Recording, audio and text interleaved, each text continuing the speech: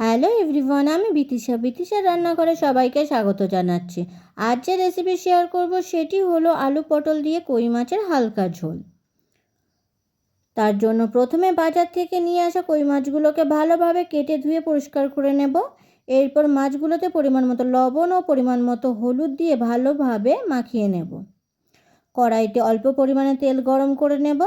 তেল গরম হলে লবণ হলুদ মাখানো মাছগুলোকে এক এক করে গরম তেলের মধ্যে দিয়ে দেব। দুই পিঠ ভালোভাবে ভেজে নিতে হবে। এক পিঠ ভালোভাবে ভাজা হলে অপর পিঠটিও ভালোভাবে ভেজে নেব।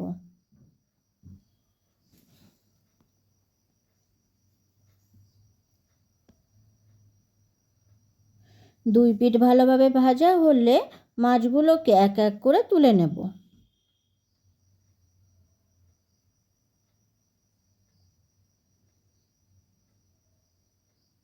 কড়াইতে আরও একটু তেল গরম করে গোটা জিরে ও শুকনো লঙ্কা ফোড়ন দেব। ফোড়ন ভাজা হলে দেব কেটে ধুয়ে জল ঝরিয়ে রাখা আলুর টুকরোগুলোকে। আলুগুলো কিছু সময় ভেজে নেব।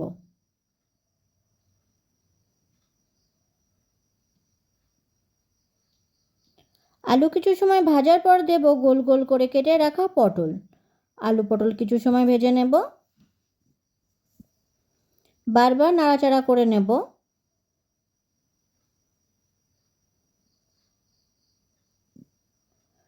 পটল একটু নরম হয়ে আসলে দেব পেঁয়াজ কুচি।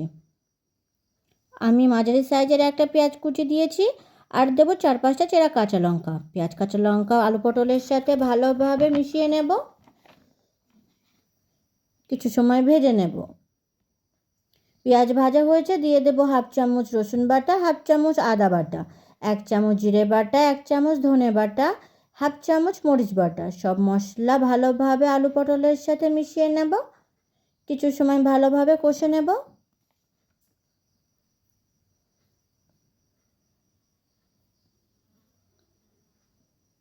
মশলা কষা হলে ও আদা রসুনের কাঁচা গন্ধ চলে গেলে দেব পরিমাণ মতো লবণ ও পরিমাণ মতো হলুদ।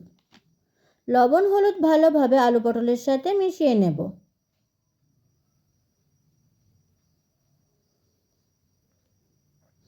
4-5 মিনিট পর দেব টমেটো কুচি।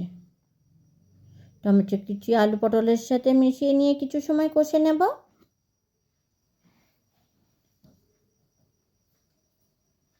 টমেটো গলে গেলে ও আলু পটল ভালোভাবে কষা হয়ে গেলে দেব পরিমাণ মতো জল।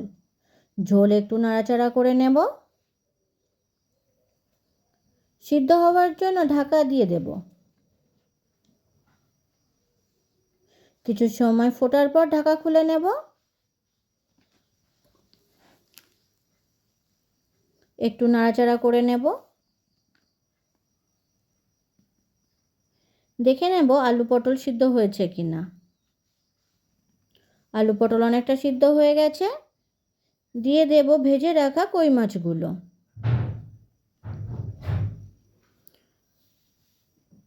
কই মাছগুলো ঝোলের সাথে মিশিয়ে নিয়ে ঢাকা দিয়ে দেব। কিছু সময় পর ঢাকা খুলে আবার নাড়াচাড়া করে নেব।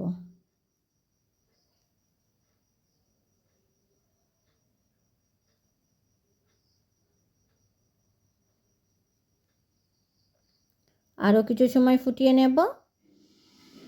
আলু পটল ভালোভাবে সিদ্ধ হয়ে গেছে। তৈরি হয়ে গেছে আমাদের আলু পটল দিয়ে কই মাছের হালকা ঝোল। ভিডিওটি কেমন হয়েছে অবশ্যই কমেন্ট করে জানাবেন। আর ভিডিওটি যদি আপনাদের ভালো লেগে থাকে তাহলে চ্যানেলটিকে সাবস্ক্রাইব করতে একদম ভুলবেন না। ধন্যবাদ।